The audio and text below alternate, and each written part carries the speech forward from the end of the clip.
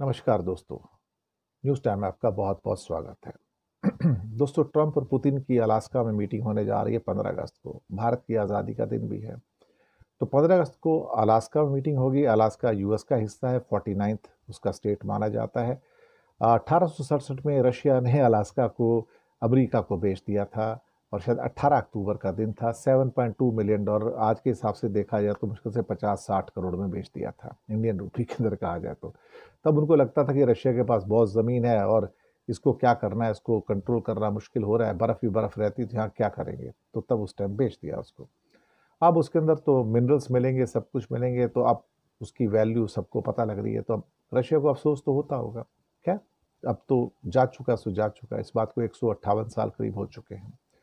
अब पुतिन साहब जा रहे हैं, लेकिन ट्रंप झुक गए हैं। ट्रंप ने दरअसल एक किस्म से कहा जाए तो यूक्रेन के बिहाफ पे वो सारा ड्राफ्ट तैयार कर लिया है, जो कि विटकॉफ साहब वहाँ जाके मॉस्को में जाके एक्सेप्ट करके आए थे।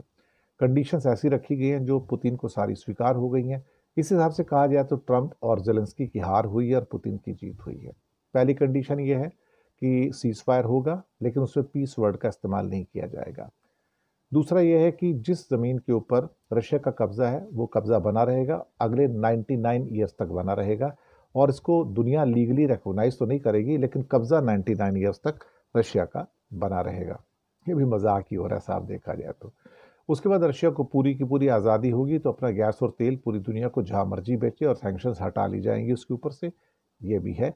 और ट्रंप साहब ने ये भी एश्योरेंस दिया कि नेटो का कभी भी मेंबर जो है वो यूक्रेन नहीं बन पाएगा।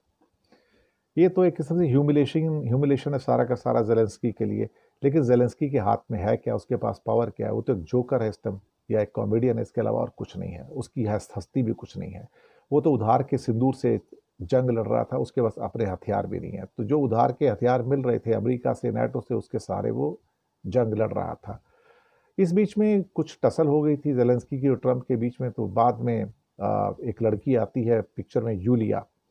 वो यूलिया एक मिनरल का समझौता करवाती है कि ट्रंप साहब कहते हैं कि तू मेरे पैसे तो वापस कर, मैंने तेरे को इतने हथियार दिए हैं। तो फिर उसके बदले में मिनरल्स जो हैं वो ट्रंप साहब लेके जाएंगे। जिस लड़की ने सारा का सारा ये एग्रीमेंट कराया उसका नाम यूलिया था। तो ट्रंप साहब बड़े खुश हो गए यूलिया से और उसको सोर्स लगा के जेलेंस्की का इसको प्रधानमंत्री बनाओ यूक्रेन का। अब उसको प्रधानमंत्री बना दिया गया। अब जेलेंस्की की जाने की बारी है। लोग नाराज हैं कि भाई तूने तो हमारी जिंदगी बर्बाद कर दी है सारी की सारी। तूने तो हमें कहीं का भी नहीं छोड़ा, यहाँ का भी नहीं छोड़ा, वहाँ का भी नहीं छोड़ा। तू है कौन अल्टीमेटली? 4-5 करोड़ लोगों की जिंदगी बर्बाद हो गई, पूरा का पूरा यूक्रेन बर्बाद हो गया, सारी बिल्डिंग्स बर्बाद हो गई, स्कूल कॉलेज इंस्टीट्यूशन बर्बाद हो गई, सड़कें बर्बाद हो गई, रेलवे स्टेशन बर्बाद हो गई। क्या बचा क्या वहाँ पे? और लाखों करोड़ों लोग जो यूक्रेन के थे शरणार्थी बन गए अन्य देशों के अंदर। तो जेलेंस्की ने किया क्या? 3.5 साल की लड़ाई क्यों लड़ी अल्टीमेटली रशिया के साथ, जब पता था हारना है? और अब जब सरेंडर किया तो अब जेलेंस्की कहता है मैं तो 1 इंच भी जमीन नहीं दूंगा। लेकिन उसके हाथ में है क्या जो नहीं देगा? जमीन तो जा चुकी है, अब करोगे क्या? अब हथियार भी नहीं है उसके पास, कुछ नहीं कर सकते।